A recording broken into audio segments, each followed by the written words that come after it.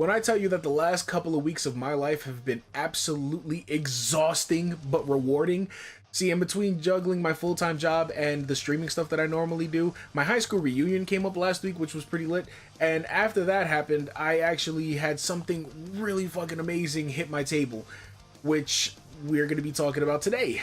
Because obviously I was already excited for Lost Judgment dropping at the end of September. I said about as much in the last video, and if you didn't check that out, you should probably get on that.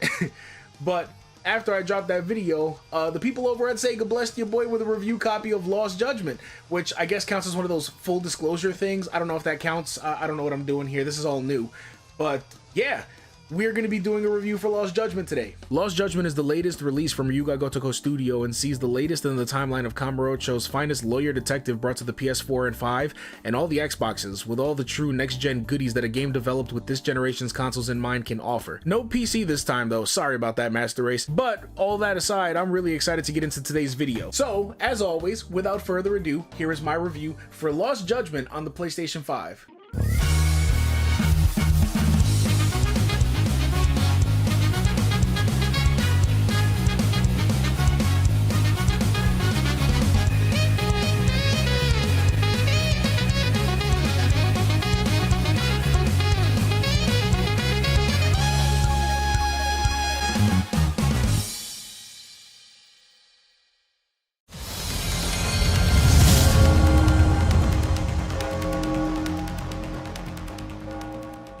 Lost Judgment takes place 3 years after the original Judgment and sees the Yagami Detective Agency in the middle of yet another odd job to keep the lights on when two things happen. One, Yagami's buddy Sugiura calls him to let him know that he and Yagami's hacker buddy Makoto Tsukumo have started their own agency out in Isazaki Ijincho, the city that Yakuza Like a Dragon took place in, which they've called Yokohama 99, and they need the pros to help with a case they're working on, which Yagami says he'll get back to them on after he wraps up his current job. Two, near the end of that job, Yagami hears from Genda-sensei that his lawyer colleagues Saori-san and Hoshino-kun are currently in court defending a man that got busted for groping a woman on a train, a case that made national news as his arrest was caught on camera. The man's name? Akihiro Ehara. When Yagami finishes up, he and Kaito set out to Ijincho to help out Yokohama 99, which they keep going out of their way to say 99, but every time I see the name I think, that's how we do it in the 99, sir. But anyway, their job is to discreetly investigate a school in town called Seiryo High School for suspected bullying issues. Naturally, they get to the bottom of it pretty quickly with Yagami's help, but it's as this job reaches its conclusion that all of the seemingly unrelated incidents in the beginning get ready to converge on one point. Yagami gets a call from Saori back at Genda Law with a request of her own. Saori informs Yagami that at the sentencing of Ihara, he quite cryptically revealed that a body turned up in Yokohama 3 days prior belonging to one Hiro Mikashiba, a former student of Seiryo High who bullied his own son to the point of suicide and got away with it, all the while proclaiming that his death was justified not only because of what happened to his son, but also because him walking free served as proof that the justice system was broken. Naturally, this raises a number of head-turning questions, the big ones being, how was he able to ID the body before the cops could? How the hell does he know any of that when he's been in jail for 2 months following his arrest? And how does he have such an airtight alibi despite having info that clearly implicates him as having a hand in Mikashiba's murder? It's these questions that irk Saori because she feels like she, as a part of a bigger whole, got played for a fool by Ehara, and that the groping case and the murder are very likely to be two pieces of a bigger mystery. And so she asks Yagami to investigate. And Yagami, quite literally being in the perfect position to do so, accepts the case without a second thought. And so the true plot of the game begins. But as Yagami begins to peel back the curtains on this grand play, he runs into many problems,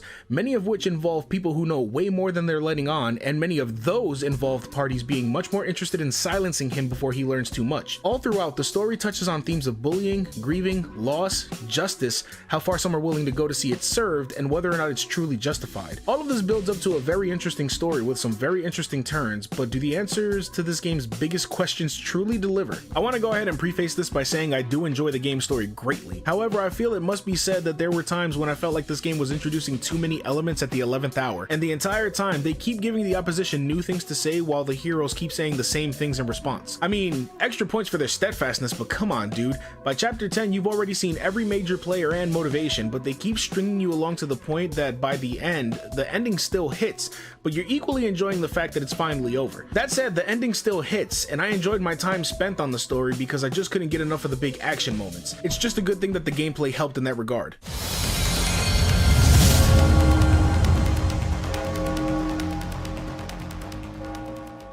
I think one of the beautiful things about talking about a sequel for the first time on this channel is that I don't feel like I need to go over all of the same beats when talking about gameplay, but instead, I get to focus on a lot of the new things. For starters, the flow of the game's combat has been significantly improved. It just feels so much smoother overall. I think this game is hitting a sweet spot between the cinematic combat seen in the later Dragon Engine Yakuza games and the versatility of the style system present in Yakuza 0. And speaking of styles, the Tiger and Crane styles from the original Judgment have been tweaked with new moves added in, like the Skywalk technique in the Crane style, but some moves from the original Judgment have been removed here and there. But there's even more added on to the top with the brand new Snake style, which became my favorite style in the game just as fast as the first tutorial hit. It uses quick flurries that close the distance between you and your enemies to follow up with grabs and loads of counter options. You can parry an enemy attacking from any direction, and you can unlock a lot of moves to capitalize on these parries. I actually ended up using this style primarily throughout the game until I was about 2/3 through and said I think I need to start working on the other styles, which brought me back to appreciating how awesome every style feels. Thankfully, you earn experience way faster in this game at the start because they've increased the number of encounters early on in the game. You can also unlock multipliers for EXP drops, so you can unlock everything that much quicker. Beyond that, a lot of it is very familiar as one would expect, but it feels like we're getting back to a finer point in the series combat formula again after they switched off to the Dragon Engine because they were getting experimental at that point. Aside from that, you have your usual side quests and activities and all that.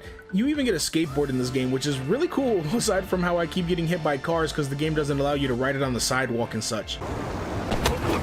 You can still go to arcades and stuff where they have a lot of the same games as usual, but this time around they added Sonic the Fighters, which is really cool, but as I've never played this game before, all I can tell you is that I suck at it.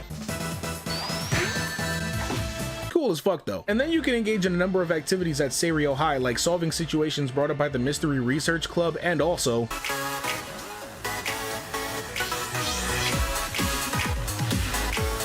so needless to say, the game is chock full of activities to keep you busy for quite a while. That said, I finished my playthrough of the main story in around 25 hours, which is a little shorter than the original Judgment. Look out below! But I'm usually more interested in going straight through the story so I can enjoy everything else the game offers in Premium Adventure Mode. That way I can devote myself to everything the game is presenting to me. Speaking of which,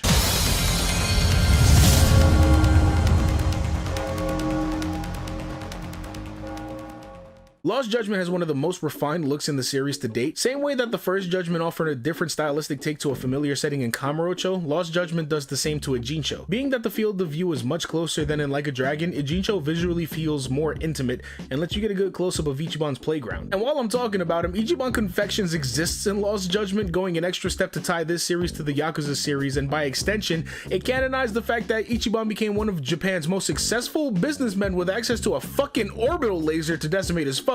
But I digress. Timeline wise, this also takes place about 2 years after Like a Dragon, with the added consistency to the lore in where, spoilers, the Tojo clan and Omi alliance got disbanded, and I can always appreciate that attention to detail. Moving on though, Yagami's updated character model is great, showing off all of the physical torment he goes through in the story, and an extra layer of polish is added onto our other favorites in the story. Though again, there are plenty of throwaway goons that don't get the same TLC, but what does it matter when you're absolutely wrecking mobs in the street ad nauseum?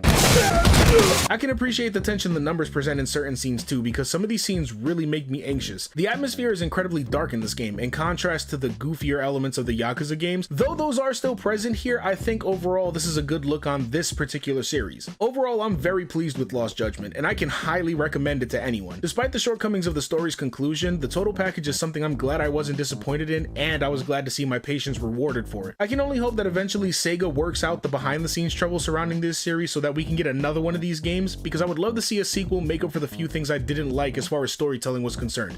The rest of the game is a gem. But if you've played Lost Judgment, then let's go ahead and trade notes. Let me know what your thoughts are in the comments and we can hash it out. But with that said, before I call it a night, I want to go ahead and offer one more heartfelt thank you to the people over at SEGA, because it's not a big deal for you guys, I'm sure, but the fact that you took some time to bless a smaller creator like myself and take a shot on me, I'm greatly appreciative and super humbled. So thank you from the bottom of my heart. Now, sure enough, you can expect more coming from me in the near future. I definitely have a lot of ideas aside from gaming stuff that I want to put out here, so look forward to that. But until then, this is where we're going to cut off the video. Thank you for your time, guys. Have a great night, and I'll see you on the next one.